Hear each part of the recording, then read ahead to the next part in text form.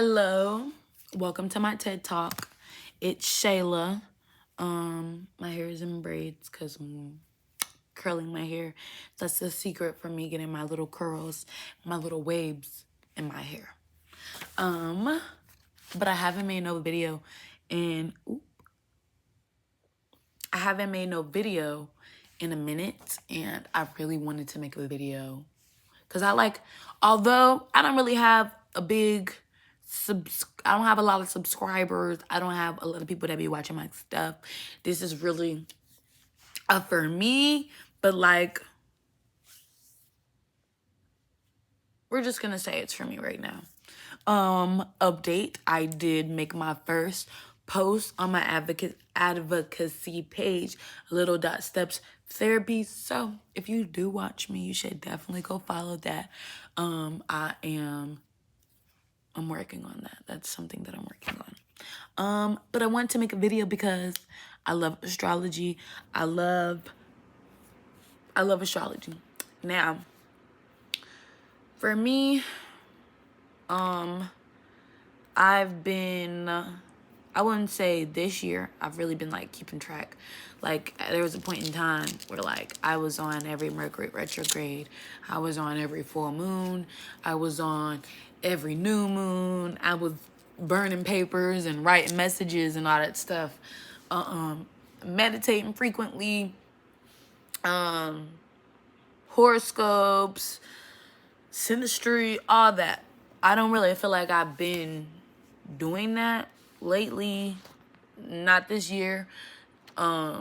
It's been a whole lot of other stuff that I've been doing or thinking about per se. So, with this being said, I did watch the Diddy documentary. Now, I watched it twice. I watched it once by myself, and then I watched it again with my mom. Just because of how interesting it was, and I just like watching documentaries in general, and who don't love a good true crime, or who don't love a good mystery, a little behind the scenes. Now, my take on watching the Diddy documentary, of course, everything is trifling, but he wasn't the only evil in the documentary. All the men around him, all the people around him really let him rise to fame doing evil stuff. I was born in 2004, and for a long time I didn't have internet technology, so I didn't really know about Diddy. I didn't even know he really made music, for real. I just knew he was really famous and popular up until recently. These cases came out, and I'm hearing all the trifling stuff. So it's just watching it, I just feel like all the men around him, y'all allowed this to happen. Now, this is not me victim blaming. I'm not blaming none of his victims. I'm just upset at the fact that nobody really, from what the documentary gave, nobody really put their hands on this man. Nobody's tried this man in a way that he needs to be eliminated. Let's lock him up. One of the first, in the documentary, one of the first sexual assault cases of him literally drugging and raping a girl and showing and taping it and then showing the video. This is when he's the party promoter and an intern. He's showing the tapes at his parties, and when she asked somebody to vouch for her, they said they couldn't because they didn't want to stop getting into Diddy parties. So, with them being said, it's just so crazy that reputation and money really be a lot of people's forefront of their brain over people's human rights, over real moral situations. And that's why, honestly, when you have no money, it's so important to don't be money hungry. When you're in a space and you don't have a lot, that's a perfect time for you to think about what do you have that people can't take away from you? What do you have in character that people can't take away from you? And a lot of people allow money to change their character and change their morals and their values because of something that they've never had before. And that's why if you ain't really never had money before and you get a large sum of money, 9 times out of 10, some people don't know how to act with it. But I was just watching it all just goes to show, even for Tupac and Biggie, even 50 Cent, like, I made a TikTok and was like, 50 Cent ain't a hater. He did what he had to do. But really looking into it, the man only dropped a documentary because Diddy threatened to take him shopping, and he's petty. Tupac and Biggie, great artists, but Tupac had great cases, and all of these people had sexual assault cases, criminal charges, so many extra things. All of it is just trifling all through and through. Granted, not many of the artists were on the scale of Diddy, but it's like, they're still evil. They did still do some trifling stuff. All that in to say, to bring astrology in this, we are in the transition of the astrological age of Pisces into Aquarius. Now, the astrological age of Pisces is, let me double check, fact check properly. Sorry. I should have wrote it down. But okay, we'll talk about this while I'm looking for it and everything. The Earth, every 2,000-ish years, enters a new era, zodiac sign. The Earth is slowly wobbling on the axis. It's called precession. You can look it up. And it slowly changes the direction of Earth's rotational axis. And within that going on, within the 2,000-ish years, we're in our own era with its themes and many other things that go along with it. So, Pisces theme is blind faith, believing in stuff without nothing to back it up.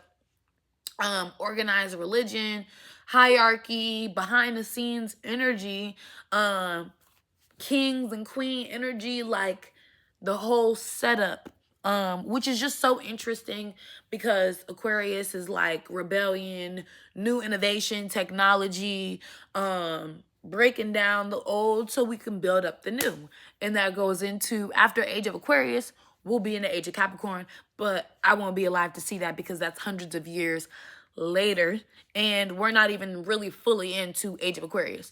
Now, a lot of people said that they felt like we entered the age of Aquarius, or we were starting to transition during the Industrial Revolution. Some say in the early 2000s when technology started coming out. I'm gonna say the early 2000s when technology coming out because it just kind of makes sense a little bit. But I'm not a religious individual. Organized religion is not my forte necessarily. It's too restrictive for me, and there's just many questions and things that are just left unanswered. I just feel like I know a little too much about certain things for me to fully just believe in the thought of Christianity. I believe in I believe in God, but my version of God is just a different version than what Christianity portrays. And that's perfectly fine. There is no right or wrong way to necessarily connect to whatever higher purpose or power or being or spirit it is that you want to connect to. And if you don't believe in anything at all, that's fine as well. Like, to each their own.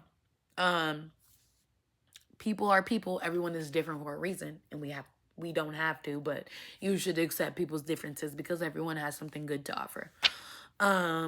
But it's just really interesting because going into the age of Aquarius, this is where mental health is becoming a big center. AI and technology is becoming a big center. Now, I know it's kind of like Trump going on, all the conservative, right-handed folks is out on the prowl and about, but it's just like, before something ends, it got to go up with like a fire. Before a fire dies, and you put water on it, it does a big shoot up of flames or whatever before it goes out. That's what's going on. And it's like the world is not ending. The world is not going to end. You just gotta have a positive attitude. Like, life is what it is. Life has been, if you think life is terrible now, life has been terrible years before. Way worse than what it even is now, honestly. And it's just like, we're just living in this time, so it just feels like that. We didn't experience everything else to compare in time. It is terrible, but there's hope, and I have hope for the future. I'm a humanitarian. I truly believe in the progress of I believe in humanity. I do. Nobody is perfect, but when I think of humanity, it's humanity itself is a consciousness that we all individually make up, and we have to go through lessons and things and themes and such. But I guess I'm not gonna go too long. That's just really all that I've got and I know about the astrological age of Aquarius and Pisces. Oh, that's why I wanted to add in, because the downfall of celebrity culture, idolizing people, there is no need to. There is no need to. It's in here. It's all inside. There's no need to idolize people that have no relation to you. And even when somebody was like, you really shouldn't know as many people as you do because like the internet and social media, and it's true, honestly. And there are positives and negatives to social media. I feel like it's all on how you use it. Again, everybody's different. Everybody's mind works differently. Everyone's psychology is different. Like, you can't say. But I love to see the downfall of celebrity culture and the uprising of individuals who are genuinely moving with look at me, look at me, look at me, but a purpose and really making a change into what's going on. Because it's like, we're at a time now where I don't care if you have money or what you do. What are you doing for the people right now? What are you doing for the people? Because we're all struggling. We are all struggling. But it's really interesting watching the fall and the downfall and people realizing and seeing in the collective just getting it together little by little, little by little. But yes, I'm not going to recommend nobody to watch the Diddy documentary. If you're interested in that stuff, you should. But the basis is everybody is trifling, and you should do more. Believe in yourself, believe in the right and wrong, and the truth will always come out. Lies will always unfold. Always. Be true to yourself.